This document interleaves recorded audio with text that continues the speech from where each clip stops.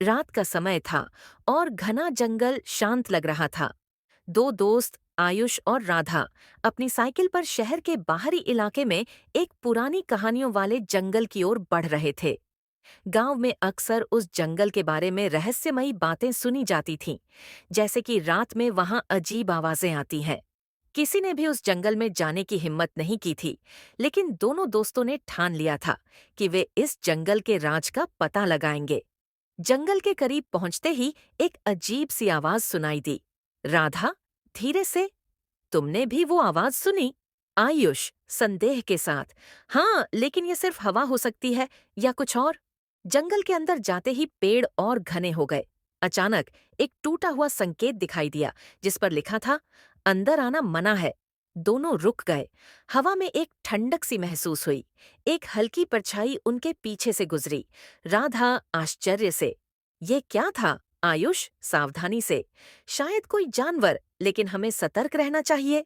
वे आगे बढ़ते हैं और अचानक उनके साइकिल की लाइट बंद हो जाती है।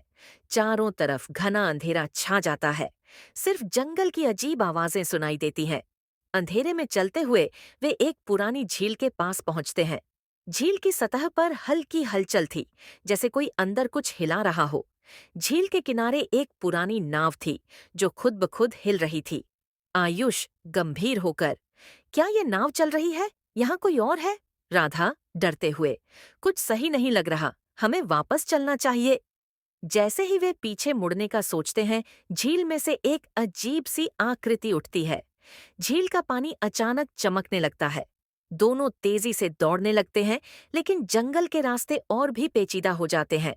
रास्ते में पुराने पत्थर के स्तंभ दिखाई देते हैं, जिन पर कुछ अजीब चिन्ह बने हुए थे। राधा तेजी से, ये चिन्ह क्या संकेत कर रहे हैं? आयुष सांसें थामते हुए, ये तो जैसे हमें किसी दिशा में ले जा रहे हैं, लेकिन कहाँ? अचानक पेड़ों के पीछे से एक गहरी आवाज आती है। आवाज में किसी का नाम लिया जा रहा है, आयुष। दोनों डर से ठिठक जाते हैं। आवाज के पीछे जाते हैं और एक पुरानी गुफा के पास पहुंचते हैं। गुफा के अंदर से हल्की रोशनी आ रही थी।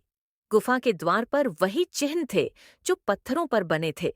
राधा घबराते हुए, हम अंदर जाएंगे? आयुष हिम्मत जुटाते हुए, हमें जाना होगा, यही आखिरी रास्ता है।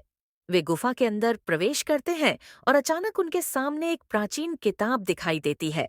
किताब पर लिखा था, जो सच की तलाश करेगा उसे ही यहाँ की सच्चाई मिलेगी। जैसे ही आयुष किताब को छूता है, पूरा जंगल हिलने लगता है और गुफा की दीवारें चमकने लगती हैं। अंत में एक उज्जवल प्रकाश फैल जाता है और दोनों गायब हो जाते हैं। अगली सुबह गांव वालों को दोनों की साइकिलें उसी पुराने जंगल के पास मिलीं, लेकिन आयुष और राधा का कोई नामो निशान नहीं था।